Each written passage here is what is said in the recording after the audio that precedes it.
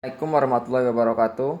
Perkenalkan, nama saya Adam Disa Putra dengan NIM 22010008. Di sini saya akan menjelaskan metode well control.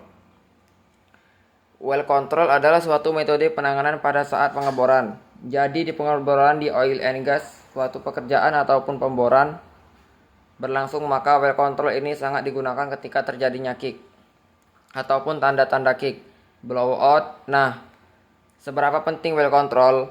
Suatu pemboran dinyatakan gagal itu adalah ketika terjadinya kick sampai blowout, di mana pengeboran tersebut dinyatakan gagal sehingga mengalami kerugian. Nah, jadi well control sendiri di mana untuk menangani kick yang akan terjadi.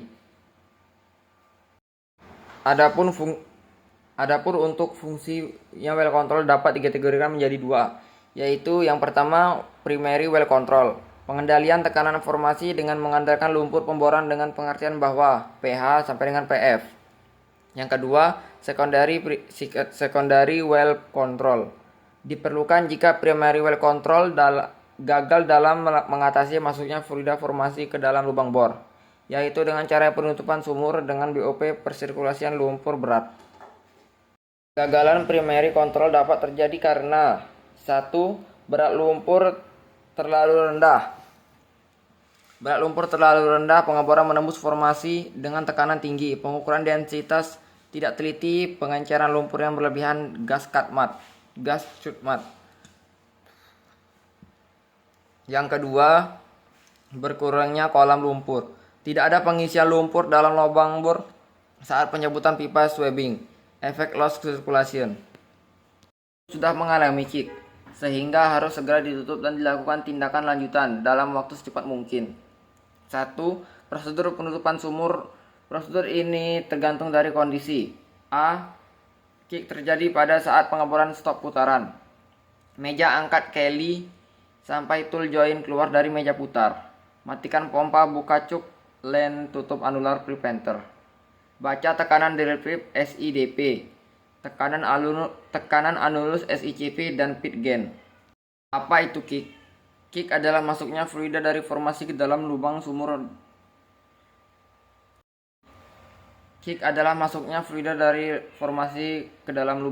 Jadi fluida. Nah, bagaimana bisa masuk ke lubang sumur? Jadi penyebabnya itu adalah 1.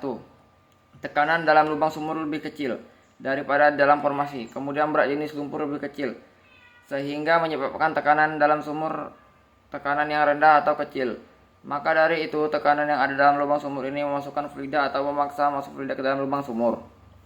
Yang kedua, sumur yang belum di-casing menyebabkan fluida masuk ke dalam lubang sumur. Dan adapun tanda-tanda kick adalah pressure yang ada di drill pip akan naik drastis. Selanjutnya adalah volume lumpur yang ada di dalam mud kick. Mud kick itu bertambah. Kenapa bisa bertambah? Ya, karena tadi fluida dari formasi masuk ke dalam lubang sumur sehingga volume lumpur bertambah, tercampur fluida dalam formasi batuan. Kemudian apa tanda-tanda selanjutnya? Ketika pengeboran berlangsung, kemudian lumpur bertambah dan seketika mud pump dimatikan, lumpur akan keluar tersendirinya. Jadi sumur dari subsurface keluar ke surface. Itu dengan sendirinya tanpa dihidupkannya mud pump. Tanda-tanda kick. Kick adalah masuknya fluida formasi ke dalam lubang bor disebabkan karena kegagalan primary control. 1. Indikator primer. Kenaikan flow rate disebabkan masuknya fluida formasi ke dalam lubang bor karena tekanan hidrostatis. Sumur lebih kecil dari tekanan formasi. Bertambahnya volume lumpur, pit gain, menunjukkan bahwa fluida formasi sudah masuk ke dalam lubang bor. Terjadi aliran pada saat stop. Pompa disebabkan masuknya fluida formasi ke dalam lubang bor sehingga adanya tekanan dari fluida formasi ke permukaan. Yang kedua, indikator sekunder, perubahan tekanan pompa, gas cut mat, drilling long, break tekanan formasi lebih besar dari tekanan hidrostatis. Sebab-sebab terjadinya kick. 1. Tekanan formasi yang melebihi tekanan hidrostatis lumpur menyebabkan fluida formasi mengalir masuk ke dalam lubang bor dan mendorong lumpur keluar dari dalam lubang bor. Kedua, tinggi kolam lumpur. Lumpur masuk ke dalam formasi formasi rekahan secara alamiah atau adanya gua-gua, formasi rekahan-rekahan kesalahan kerja dalam operasi pemboran, atau karena sifat-sifat lumpur yang digunakan tidak sesuai. Sifat-sifat lumpur yang digunakan tidak sesuai: berat jenis lumpur yang tinggi, viskositas lumpur yang tinggi, gel stretch yang tinggi.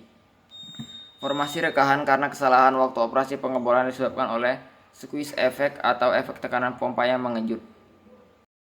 Perhitungan yang digunakan untuk mengetahui hydrostatic pressure. Langsung saja untuk rumusnya adalah 0,052 dikali mat wake itu adalah massa berat jenis lumpur, selanjutnya dikali dikali TVD true vertical depth dengan vertical per feet. Sekian dari saya. Wassalamualaikum warahmatullahi wabarakatuh.